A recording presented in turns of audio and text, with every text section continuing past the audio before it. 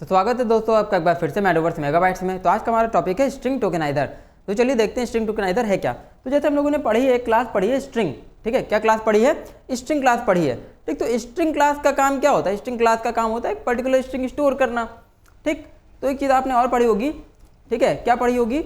कि string mutable और immutable में से कुछ एक होती है, ठीक है। तो स्ट्रिंग क्या होती है? इम्यूटेबल क्लास है। स्ट्रिंग कैसी क्लास है? इम्यूटेबल, ठीक। तो स्ट्रिंग क्लास होती है इम्यूटेबल, और एक म्यूटेबल क्लास भी होती है। जो म्यूटेबल क्लास होती है उसको हम लोग बोलते हैं स्ट्रिंग बफर, ठीक है। तो स्ट्रिंग हम लोगों ने पढ़ी है, तो स्ट्रिंग पढ़ी है। ये जो स्ट्रिंग होती है इसके अंदर कोई वैल्यू हम यहाँ पर स्टोर कर सकते हैं। तो स्ट्रिंग के अंदर कोई भी वैल्यू स्टोर कर दो, कोई इशू नहीं है, ठीक है। कोई भी स्ट्रिंग फॉर्मेट में वैल्यू स्टोर कर सकते हैं। तो स्ट्रिंग को जो इनिशियलाइज करते हैं, कैसे इनिशियलाइज करते हैं? डबल इन्वर्टेड कॉमा के अंदर इनिशियलाइज करते हैं, ठीक। तो स्ट्रिंग के कुछ फंक्शन भी हमने पढ़े हैं, to lower case, to upper case, compare to function, index of function, last index of function, length function. तो बहुत सारे फंक्शन भी हमने स्ट्रिंग के पढ़े हुए हैं। लेकिन स्ट्रिंग की प्रॉब्लम क्या है, ठीक है। प्रॉब्लम बोलो या फिर इसका बेनिफिट बोलो, ये इम्यूटेबल है, मतलब इसको हम चेंज नहीं कर सकते, ठीक है। ड्यूरिंग द रन टाइम हम इसको चेंज नहीं कर सकते, ठीक। इसको हम चेंज कर कैसे सकते हैं? हम अगर ये लिख दें S is equal to S dot length, या फिर S is equal to S dot to upper case, to upper case, तो हमने फंक्शन लगाया। तो इस स्ट्रिंग को अपडेटेड वैल्यू को हमको यहाँ पर एस में स्टोर कराना पड़ेगा, तब वो वैल्यू को क्या कर देगा? रिप्लेस कर देगा। अदरवाइज उसको वो रिप्लेस नहीं करेगा। मतलब सिर्फ इतनी चीज लिखना सफिशिएंट नहीं है। कितनी चीज लिखना सफिशिएंट नहीं है? अगर हम सिर्फ इतना लिख दें S dot to upper case, तो इतना ही लिखने से वो क्या करेगा? स्ट्रिंग को अपर केस में चेंज नहीं करेगा, ठीक। तो ये क्या करेगा? ये जो अपर केस की वैल्यू होगी वो रिटर्न करेगा। जो रिटर्न करेगा उसे हमें दूसरी स्ट्रिंग में स्टोर कराना पड़ेगा। तो मान लो हमने यहाँ पे क्या लिखना पड़ेगा? स्ट्रिंग टी लिखना पड़ेगा। तो ये जो अपर केस वाली वैल्यू रिटर्न करेगा वो कहाँ स्टोर होगी? टी में स्टोर होगी। लेकिन एस में जो वैल्यू स्टोर थी उसमें कोई चेंज नहीं होगा। एक एग्जाम्पल ले लेते हैं, जैसे कि हमने स्ट्रिंग, ठीक, एस इज इक्वल टू लिख लिया जावा, ठीक है। तो जावा सेंटेंस केस में पहला लेटर कैपिटल बाकी स्मॉल है। तो जो टी में स्ट्रिंग आ गई इस वाले फंक्शन को कॉल करने के बाद, तो टी में जो स्ट्रिंग आ गई वो जावा हो गई, वो पूरी अपर केस में आ गई। लेकिन जो एस में स्ट्रिंग स्टोर है उसके अंदर कोई चेंज नहीं हुआ। यानी कि मात्र फंक्शन कॉल करने से ही, कोई भी फंक्शन स्ट्रिंग का कॉल कर लो, वो अपडेटेड वैल्यू जो होगा वो रिटर्न करेगा। वो खुद एस में डायरेक्टली चेंज नहीं करेगा जब तक कि उसके अंदर इज इक्वल टू लिख के चेंज नहीं कराओगे, ठीक है। तो सिर्फ इतना लिखने से जो उसने अपडेटेड वैल्यू रिटर्न करी, जो अपर केस में वैल्यू रिटर्न करी, वो कहाँ स्टोर हो गई? टी के अंदर। लेकिन स्ट्रिंग के अंदर कोई चेंज नहीं हुआ। इसीलिए हम लोग क्या बोलते हैं? स्ट्रिंग को हम लोग क्या बोलते हैं? इम्यूटेबल है, कोई भी चेंज नहीं होती है जब तक हम खुद उसको ओवरराइड ना करें। ध्यान रखना वर्ड क्या मैं यूज कर रहा हूँ? ओवरराइड। जब तक खुद उसको ओवरराइड नहीं करेंगे तब तक स्ट्रिंग में लिखी वैल्यू चेंज नहीं होगी। आगे चलते हैं, ठीक, हटाते हैं इसको। तो स्ट्रिंग क्या होती है? इम्यूटेबल होती है, मतलब चेंज नहीं होती है, ठीक। इतनी चीज क्लियर हो गई होगी। आगे चलते हैं। तो आगे क्या देखते हैं? String tokeniser. तो स्ट्रिंग टोकेनाइजर करता क्या है? स्ट्रिंग टोकेनाइजर करता ये है कि स्ट्रिंग को टोकेनाइज कर देता है। टोकेनाइज करने का मतलब है टोकन्स में डिवाइड कर देता है। टोकन्स में डिवाइड करने का मतलब स्ट्रिंग को तोड़ देता है, ठीक है। तो क्या करता है string tokeniser? It divides the string into a token, ठीक। इट डिवाइड्स द स्ट्रिंग, ठीक है, इनटू द टोकन्स। ये स्ट्रिंग को टोकन्स में डिवाइड कर देता है। क्या कर देता है? स्ट्रिंग को टोकन्स में डिवाइड कर देगा। कैसे डिवाइड कर देगा? देखो, तो हमने क्या किया? एक स्ट्रिंग ले लिया, स्ट्रिंग का वेरिएबल ले लिया, उसके अंदर कोई भी रैंडम स्ट्रिंग हमने स्टोर करा दी था। Quick brown fox jumps over the lazy dog, ठीक है। ये हमने स्ट्रिंग यहाँ पर इनिशियलाइज करा दी। हमने क्या लिखा? स्ट्रिंग टोकेनाइजर का ऑब्जेक्ट बनाया। स्ट्रिंग टोकेनाइजर ऑब्जेक्ट का नाम st is equal to new string tokenizer. String tokenizer का ऑब्जेक्ट बना दिया। उसके अंदर क्या पास कर दिया? एस। एस क्या है? हमारी ये वाली पूरी स्ट्रिंग। इस स्ट्रिंग को हमने टोकेनाइजर के अंदर पास कर दिया। तो जैसे ही हमने टोकेनाइजर के अंदर इसको पास किया तो इसने क्या किया? इस स्टेटमेंट ने स्ट्रिंग को टोकेनाइज कर दिया। टोकेनाइज करने का मतलब क्या कर दिया? तोड़ दिया। कहां से तोड़ दिया भैया? कोई जगह तो मिलनी चाहिए ना तोड़ने के लिए। तो ये तोड़ता है स्पेसेस से। कहां से तोड़ देता है ये स्टेटमेंट? स्पेसेस से। तो ये वाला स्टेटमेंट क्या करेगा? It tokenizes the string by space। Space character जहां मिलेगा उस स्पेस कैरेक्टर से स्ट्रिंग को तोड़ देगा। कैसे तोड़ेगा? देखो, तो सबसे पहला जो टोकन मिला यहां से तोड़ा उसने दा के बाद से, फिर उसके बाद तोड़ा क्विक के बाद से, फिर उसके बाद तोड़ा ब्राउन के बाद से, फिर फॉक्स के बाद से। जहां जहां स्पेस मिलेगा स्पेस से तोड़ता जाएगा। फिर जंप्स के बाद, ओवर के बाद, दा के बाद, लेजी के बाद, यहाँ से तोड़ दिया। तो पहला टोकन क्या बना? पहला टोकन बन गया यहाँ पर दा, ठीक है। क्या बन गया पहला टोकन? दा। फिर अगला टोकन क्या बन गया? क्विक। फिर क्या बन गया ब्राउन, ठीक, फॉक्स, फिर जम्प्स, फिर ओवर, फिर दा, ठीक है, फिर लेजी, और फिर डॉग और डॉट, क्योंकि लास्ट में क्या लगा था डॉट, तो डॉट थोड़ी ना हटाएगा, कहाँ से टोकनाइज कर रहा था स्पेस से, तो स्पेस के बाद का जितना बचा, ठीक, वो सारा लास्ट वाले टोकन में आ जाएगा, तो डॉग के बाद भी क्या लग जाएगा, डॉट लग जाएगा, ठीक। तो ये इतने टोकन में से डिवाइड कर दे, कितने टोकन बने, 1 2 3 4 5 6 7 8 9, 9 टोकन्स में टोटल डिवाइड कर दिया। तो जहां से स्पेस मिलेगा उस स्पेस से क्या कर देगा, स्ट्रिंग को टोकनाइज कर देगा, टोकनाइज का मतलब वहां से तोड़ देगा, कुल्हाड़ी चला देगा, भैया तोड़ दिया, ठीक है, पार्ट में डिवाइड कर दिया, तो जहां जहां से स्पेस मिला वहां से तोड़ दिया, ठीक। तो क्या बन गए, इतने टोकन बन गए, 9 टोकन में इसको डिवाइड कर दिया, स्पेस से डिवाइड कर करके, ठीक है, 9 टोकन बना दिए, ठीक। अब इन टोकन को हम क्या कर सकते हैं, फर्दर प्रोसेस कर सकते हैं, वो भी आगे देखेंगे कैसे प्रोसेस कर सकते हैं। अब इसी का दूसरा एग्जांपल देखते हैं। अब हमने क्या किया, कुछ यहाँ पर सिंबल्स भी दे दिए भाई, क्योंकि हम लोग क्या करते हैं, कोई पंक्चुएशन मार्क्स भी तो देते हैं ना, कहीं कॉमा लगा होगा, कहीं एक्सक्लेमेशन का साइन लगा होगा, कहीं क्वेश्चन मार्क लगा होगा, कहीं डॉट लगा होगा, ठीक। तो ये सब भी चीज़ें तो सेंटेंस के अंदर या पैराग्राफ के अंदर आती हैं। अब इनको हमें टोकनाइज करना है तो कैसे करेंगे, ठीक है। तो अगर हम वही सेम स्टेटमेंट यहाँ भी लिख दें, ठीक है, खाली क्या पास कर दिया हमने, यहाँ पे एस पास कर दिया, ठीक, एस पास कर दिया, तो यहाँ पे जो एस पास कर दिया ये भी सेम काम करेगा, ये भी कहाँ से डिवाइड कर देगा, बाई स्पेस, कहाँ से टोकनाइज कर देगा, स्पेस से ही तो टोकनाइज करेगा ना। तो कहाँ कहाँ स्पेस मिला, एक कहाँ मिल गया स्पेस, इसको दा के बाद स्पेस मिला, दा कॉमा के बाद क्विक एक्सक्लेमेशन के बाद मिला, ब्राउन क्वेश्चन मार्क के बाद मिला, फॉक्स के बाद मिला, यहाँ मिला, यहाँ मिला, यहाँ मिला, यहाँ मिला, तो जहाँ जहाँ स्पेस मिला वहाँ से इसने क्या कर दिया, तोड़ दिया। तो पहला जो टोकन आया वो क्या है, दा कॉमा, फिर क्या आया, क्विक एक्सक्लेमेशन का साइन, फिर ब्राउन क्वेश्चन मार्क, फिर फॉक्स, ठीक है, फिर जम्प्स, डॉट, फिर ओवर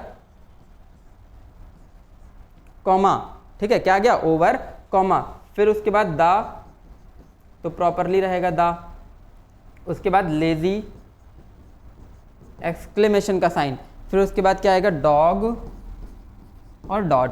तो इस तरीके से उसने क्या कर दिया, टोकनाइज कर दिया, क्योंकि भाई सिर्फ डिवाइड कर रहा है वो कहाँ से, जहाँ जहाँ को स्पेस मिल रही है, तो एक स्पेस से दूसरे स्पेस के बीच में जितनी भी स्ट्रिंग बच रही है वो पूरा एक टोकन माना जाएगा। तो इन दोनों स्पेस के बीच में क्या बच रहा है, पूरा क्विक, तो एक टोकन है। फिर इसके बाद इन दोनों स्पेस के बीच में क्या बच रहा है, ब्राउन क्वेश्चन मार्क, तो ये पूरा एक टोकन है। तो इस तरीके से ये क्या करता है, ये स्टेटमेंट स्पेस से टोकनाइज कर देता है स्ट्रिंग को, ठीक है, स्पेस के अलावा किसी कैरेक्टर से टोकनाइज नहीं करेगा। अब ये बोलोगे कि भैया ये बाकी कैरेक्टर अगर हम हटाने तो कैसे हटाएंगे, तो उसका भी एक तरीका है, अगले एग्जाम्पल में देखते हैं क्या तरीका है उसका तरीका ये है। अब यहाँ पर क्या पास करोगे, सेम एग्जांपल हमने ले लिया है जो भी पीछे लिया था, क्वेश्चन मार्क कॉमा, सारे सिंबल यहाँ पर अवेलेबल है, ठीक, और स्ट्रिंग टोकनाइजर का अब जो ऑब्जेक्ट पास करोगे उसमें 2 पैरामीटर पास होंगे।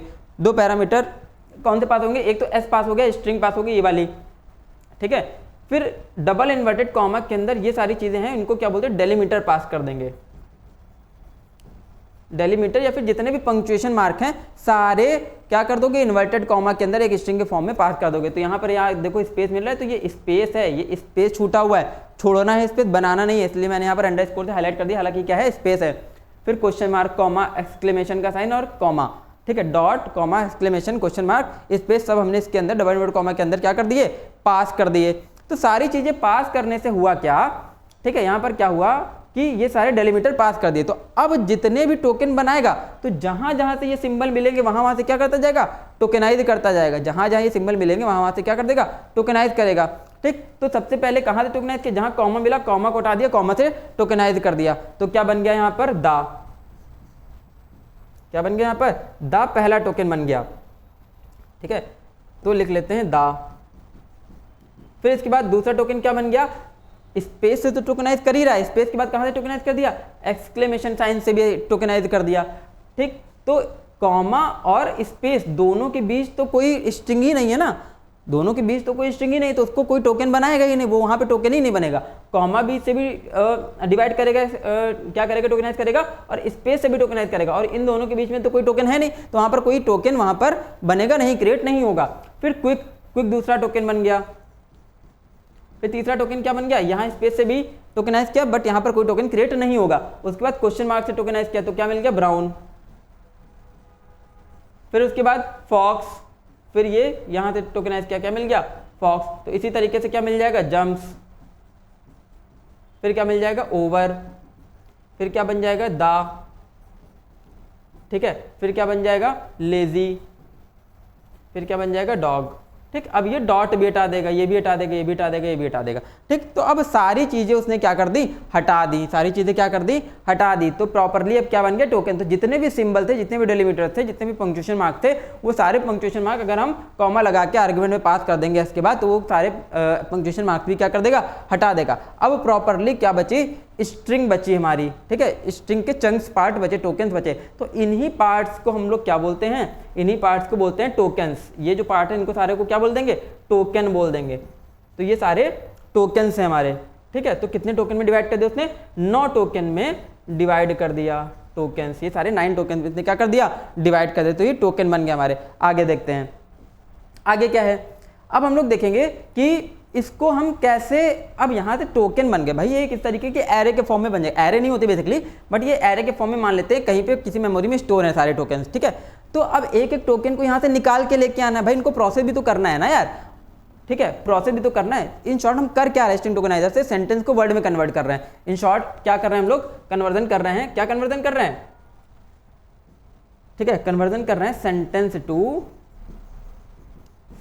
Two words.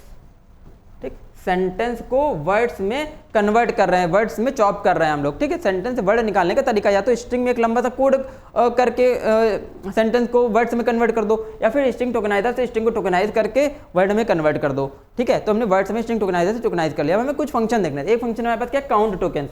ठीक, तो ऑब्जेक्ट क्या है स्ट्रिंग टोकनाइजर का यहाँ पर, st। तो क्या लिख देंगे, st dot count tokens, count token function. और एक ये इंटीजर टाइप की वैल्यू रिटर्न करेगा। तो हमने एक एल वेरिएबल ले लिया, इंट एल। इंट एल में क्या स्टोर करा दिया, st डॉट काउंट टोकन। तो भैया गिन लो यार कितने टोकन है, अभी गिना था 1 2 3 4 5 6 7 8 9।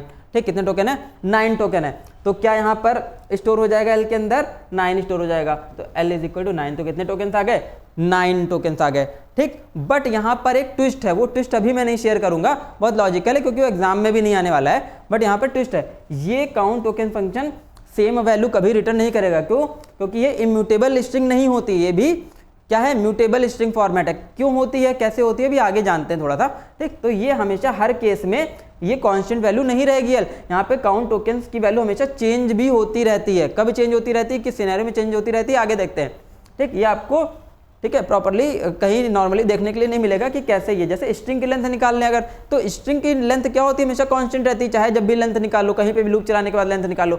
लेकिन यहाँ पर लूप चलाने के बाद काउंट टोकन्स क्या हो जाते हैं, नंबर ऑफ टोकन्स रिड्यूस होते जाते हैं। कैसे रिड्यूस होते जाते हैं आगे देखेंगे अभी। ठीक, आगे चलते हैं। फिर देखो क्या है, तो एक फंक्शन पता चला आपको क्या, काउंट टोकन्स फंक्शन। तो टोकन हम कैसे निकाल रहे हैं, मतलब कितने टोकन है गिनने के लिए। तो गिनने के लिए क्या फंक्शन है, काउंट टोकन फंक्शन। यहाँ पे क्या लगा दोगे, सेमीकोलन लगा दोगे। तो गिनने के लिए भैया कितने टोकन है, टू काउंट, ठीक है, नंबर ऑफ टोकन्स, कितने टोकन्स हैं गिनने के लिए क्या यूज होता है, काउंट टोकन फंक्शन। आगे चलते हैं। ठीक, अब क्या है कि हम यहाँ से टोकन्स को एक्सट्रैक्ट कैसे करके लेके आएंगे, टोकन को एक्सट्रैक्ट कैसे करके लेके आएंगे। तो उसके लिए एक फंक्शन होता है। क्या फंक्शन होता है, has more tokens, has more tokens. ठीक है, हैज मोर टोकन फंक्शन होता है। ये बूलियन वैल्यू रिटर्न करता है। कैसी वैल्यू रिटर्न करता है, बूलियन वैल्यू चेक करता है। ठीक है, क्या चेक करता है कि जिस लाइन पे कर्सर है उसके बाद कोई टोकन है कि नहीं है। इसको एग्जांपल के माध्यम से समझोगे। ठीक है, कैसे समझोगे, देखो यहाँ पर एग्जांपल। ठीक, काउंट टोकन समझ आया होगा, हटा रहा हूँ मैं थोड़ी देर के लिए। ठीक है, हटा देता हूँ उसको, अभी समझ आ जाएगा। देखो समझो बात।